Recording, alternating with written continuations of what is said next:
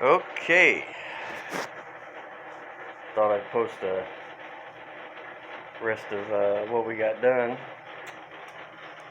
We did this yesterday. It's in. The 8.8 is. I pitched it up 3 degrees. I've never had a problem doing one up 3 degrees. So we had it setting, basically snug the U-bolts up, got it centered side to side. I clamped a piece of angle iron off of here, measured from the frame in the same point. It's like 5 3/32 to either side. The bed is off a little bit. The bed's that way a little bit. It needs to come back this way a little bit, which we can square all that up. Because when I put the bed on, we just did it by eyesight. We didn't actually measure from the frame out to like the bottom of the bed and get it square. We just eyeballed it. So we'll get that done. That'll be after it's out and running, and like one of the last things when we clean the truck up type stuff. But it is pitched up 3. The transmission, depending on where you went on it, you know, the back of the housing, right where the tail shaft comes out, the shaft itself was like at 3.4. You measure the pan was different, because the pan's designed to set level even though you have the engine at an angle. So, but it should be alright. The old setup that was in here was at a lot steeper angle than this is. If you look in the earlier videos and look at the angle the engine's at, it's setting at a pretty good downward angle. I'm probably going to say somewhere around 6 degrees. The rear end with the stock pitch, and when we had that one, it was set up off the same pitch as a 7.5, but I can't remember what it was. I'd have to go in and look in the book where I wrote it down. With a 4-inch block under it, and the rear end drive shaft was almost straight, flat. There was no upward angle. It was almost flat. It did fine. But the way I did it was we snug the U-bolts, and I set it basically measuring ride height from what it was if it had wheels on it, and I set the jack stands under the axle tubes to hold all the weight of it down. So it was bearing all the weight, and the front sitting on tires, and we set the pitch on it. It put a floor jack under it. It was only like at 0.9. We pushed it up. I had to push it to about 3.6 because it'd come back, and we got it right at, I think, 3.1. Final was 2.9 to 3.0. It kind of keep flicking back and forth on the angle finder with weight on it, and it should be good. I welded the perches up. We put the U-bolts in, tightened them down. They're torqued to 75 foot-pounds. Had to pop the axles out and to get the caliper brackets back on. So we got them on. I've got they're just pushed in there. The seal's the only thing that's holding it. The C-clips and stuff, all that crap's out, because I got to put studs in the wheels. Yet we had to figure out what the measurement was right here, if these Yukon axles were actually stock knurl diameter or if they were different. I think they're 6.18 or 6.27. Again, I'd have to look on that, but it's in there. Like I said, it's just got a stock cover on it for now. I've got a girdle cover that's going to go on it from Yukon, and then I've got a brace that goes across the cover and back that came with it. So, but we'll see how it does with the 355 gear in it, which is actually probably a 350 gear when you get down to it. But, and we're going to have a 275 drag radial on it, and I can get away with a 10-inch wheel with a 6.5 backspace, which basically will make it stick out just the same as the 8 with a 4.5, so it'll stay up under the truck. And 275 relaxes a lot better on a 10-inch wheel than it does an 8-inch wheel. Get the brake lines and stuff on this, and it's done back here. So all that's done. The concern was about the springs. When we pushed it up, I took measurements when it had the drop blocks in it, and it's like within 1/8 of an inch of being the same. So I've got about, it's probably about right here, probably about 1.5 inches, maybe 1.75 inches before it hits the snubber. If I cut the snubber off, then I got a whole bunch more travel. But with the Caltrax bars on it, it's not going to move too much. So pretty stiff. Got one intersection I turn and come up over. It's kind of like an uphill thing. Every time I do it, you can hear it back here creak and pop because of the bars on it. But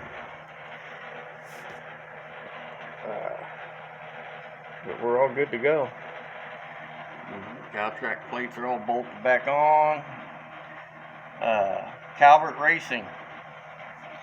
I can give you the part number if anybody wants to do this. If you want U-bolts, it'll work, and you don't have to drill those plates out. They come slotted from Calvert. Okay? And don't go crazy on the torque or you'll bend the shit out of them. That is the part number for the bolts,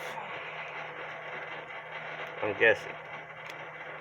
Yeah, UR 3 1/4 by 7. So yeah, Summit. I want to say they're like $30, like $29.99, somewhere in there. But yeah, 3 1/4 by 7 inch. Perfect. Make sure to put anti-seize on your threads. Ford said to torque them to 76 pounds. I torqued them to 75. I've always 3 degrees up and torque your bolts 75, and it ain't gonna go nowhere. You know, on a car. Of course, the trailer is something to be different. The other thing we got to figure out is right here. Now, I bought elbows, so I brought the 45s out to see how this is going to work. If you come off here with a 90, your elbow is going to be, they're probably going to come close to touching. The 90 will come out and be flat right here. So if I put the 90, I can take a 45 as far as tubing, slide it up in here, slide it into the 90, and clamp it, and it should be good pretty much on each side. So I might have to rotate the 45 on this side, but it should come out alright. Because this is 3 inch neck down to 2.5. As long as it don't, you know, I might double clamp this so it don't blow off. And then of course where I drilled and tapped for boost reference, I wasn't coming off the intake or anything. I wanted to come off right here as close to the turbo. I mean, I probably could have come up here and done it somewhere closer, but I figured this would be a good place. I just drilled and tapped it for a 1/4 inch pipe fitting. We'll get the elbows in there because I can't run an AN line, but I got told I can run an AN line. And where's that? These are tapped for 1/8 inch pipe, so you can screw an 1/8 inch pipe fitting in here. And I might be wrong on this, but I know my boost is from the turbo to the wastegate. It's got to go in here. Okay. Got to go in right there, and that bottom one. Well, no, wait a minute. It's got to go in that one. That's water port, and that's water port. So I'll reference from the turbo into there. And then they said the boost controller, the manual boost controller, actually has to go between the turbo boost coming out, the reference point, and go into the top of this, either in the top into the side. So I'll have to look that up, to hold pressure on it. So I'll have to see. Because I was just going to run gate pressure, but if it ends up the gates are opening too soon, you know, at 4.6 pound spring in there, then I'm going to have to put something to hold them shut for just a little bit longer. Like I said, I'm shooting between 8 to 10 pounds.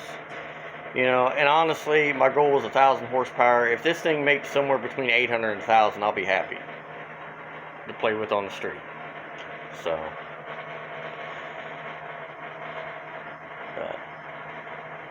we got one day to do something this week. We might get some time this weekend since O'Reilly's is closing at 7:30 now. My son's just working 10 to 7:30 every day. This was just what we got done yesterday. We managed to get it in, get it squared, welded up, painted back, torqued down, pitch set, blah, blah, blah, blah, blah, blah. Now I'll get back here in the back and I'll show you what it looks like.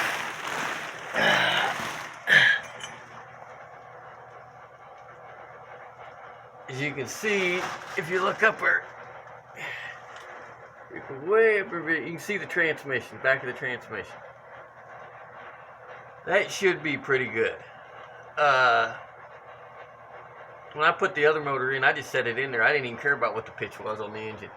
We just set it in, slammed the drive shaft in with a 4-inch drop block on the rear end, and we had no vibration. And yeah, I painted that stock cover. I got bored yesterday, so I painted it to match the engine. But, and I'll probably paint the other one when it goes on there, because it says Ultimate 88 on the back of it by Yukon. But we should be pretty good. I got to get the drive shaft loops in it. If I have to, I can lower the cross member, or I can take and put a center mount in the transmission. It's got an energy suspension mount in it now, which is kind of thick. But we'll see how it does. But we should be pretty good as far as angles. Usually, if you're within 1 to 2 degrees of each other, you won't have a problem. And basically, I checked what the pitch was on a stock S10 rear end, which is 3 degrees. And that's what I set that one at. And that, my dad, my granddad, every time they'd swap rear ends in them old cars, they'd always just set it at 3 degrees up and go with it, and never had a problem. So,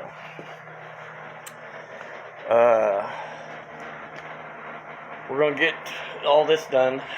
This weekend is our goal. Grandson will be here, but my wife's off, and my wife wants me to get this thing going. And we're going to come out and get the distributor stabbed in it, get the throttle body on it. I got to drill and tap another 1/8 inch pipe hole back here. Get the alternator on it so we can figure out where we're going to put the waste gates, because the alternator's got to set right here, and I don't want them fighting for them in the water pump, because I have the water pump to bolt the alternator bracket to it. And then I got to get out here and clean that little bit of surface rust off. That's why there's a dehumidifier sitting out here. And then I keep a little space heater blowing on it, because the last couple days it's been down in the mid to upper 20s at night. We've had to bring everything in. We've had to cover up flower beds with plastic. I'm ready for fucking summer to get here.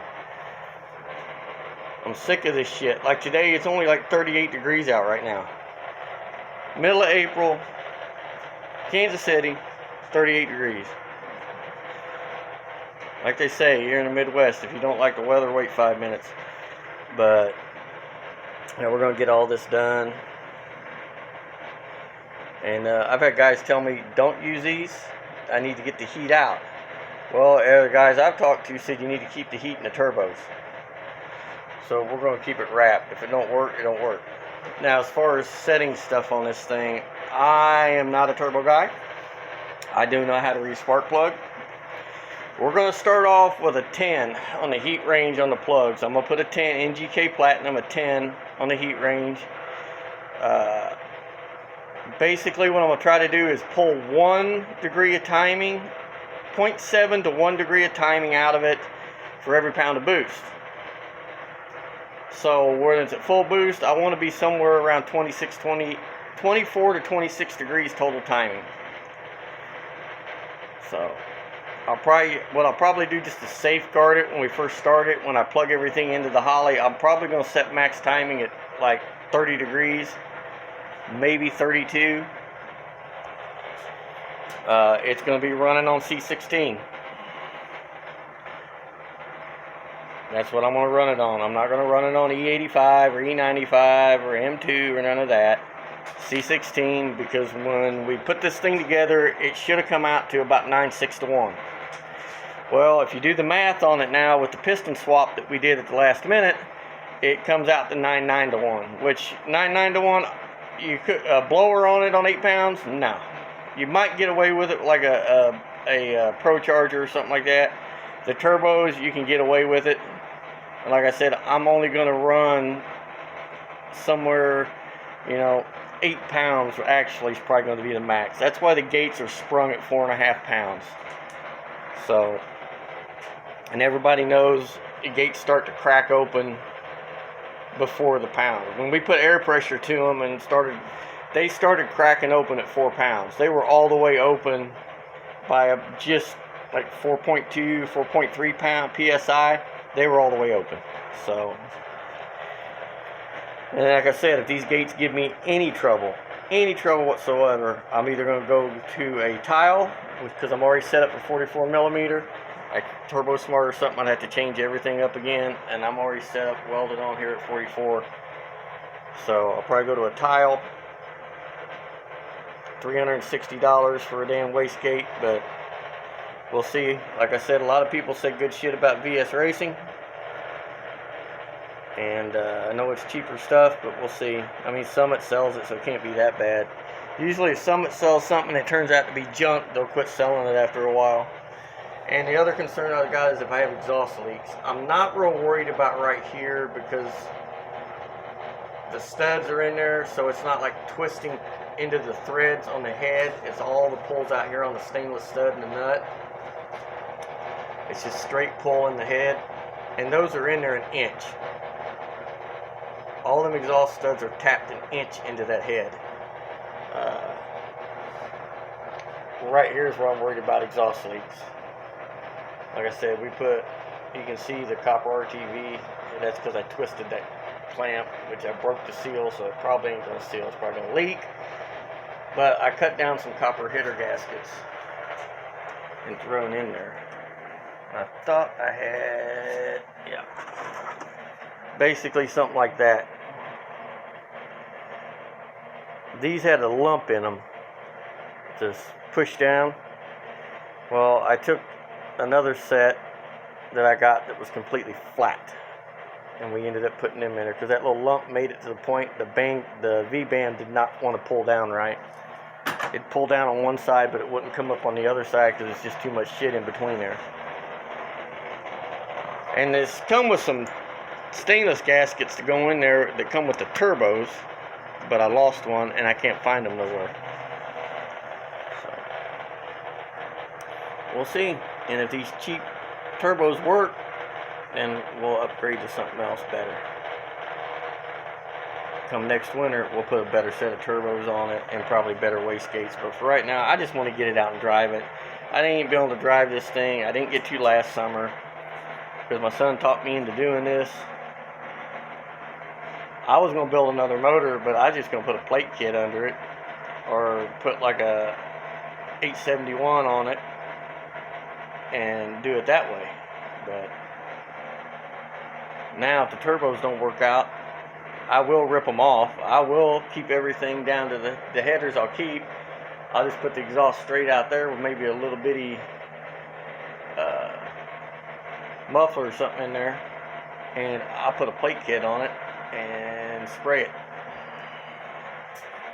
I know nitrous. I've owned blowers, but I ain't never fucked with no turbos. So, like I said, I ain't trying to set the world on fire. I'm just trying to have something to play with that's better and got more balls than some of the store-bought shit these guys run. And I like my little S10 trucks. I like trucks. I ain't care out for cars.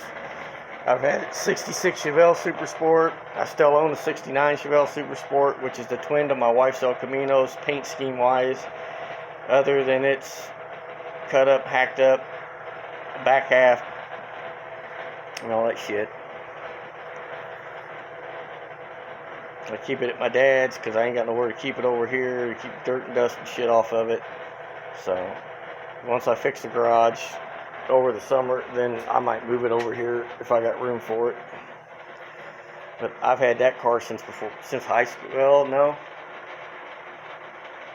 Let's see, I got it the summer before my freshman year, so right before high school. When I got it, it was silver with black SS stripes. Had a 396 in it with a Muncie. And it's not a true SS. I wouldn't have cut up a true SS. Sorry, I do have a little bit of respect. I'm not going to cut up a true Super Sport. Whether it's not the original motor in it or not, I won't cut it up. If the car is original SS, just leave it like it is. Put some wheels on it, motor in it, and everything else. So, anyhow, that's it. I just wanted to share with you that we got the rear end stabbed in it. And all these decals that are on here, some of these might disappear because it's starting to get a little gaudy. So, I might leave them on there for a while and then I'll take them off. The kids buy shit, so. Anyway.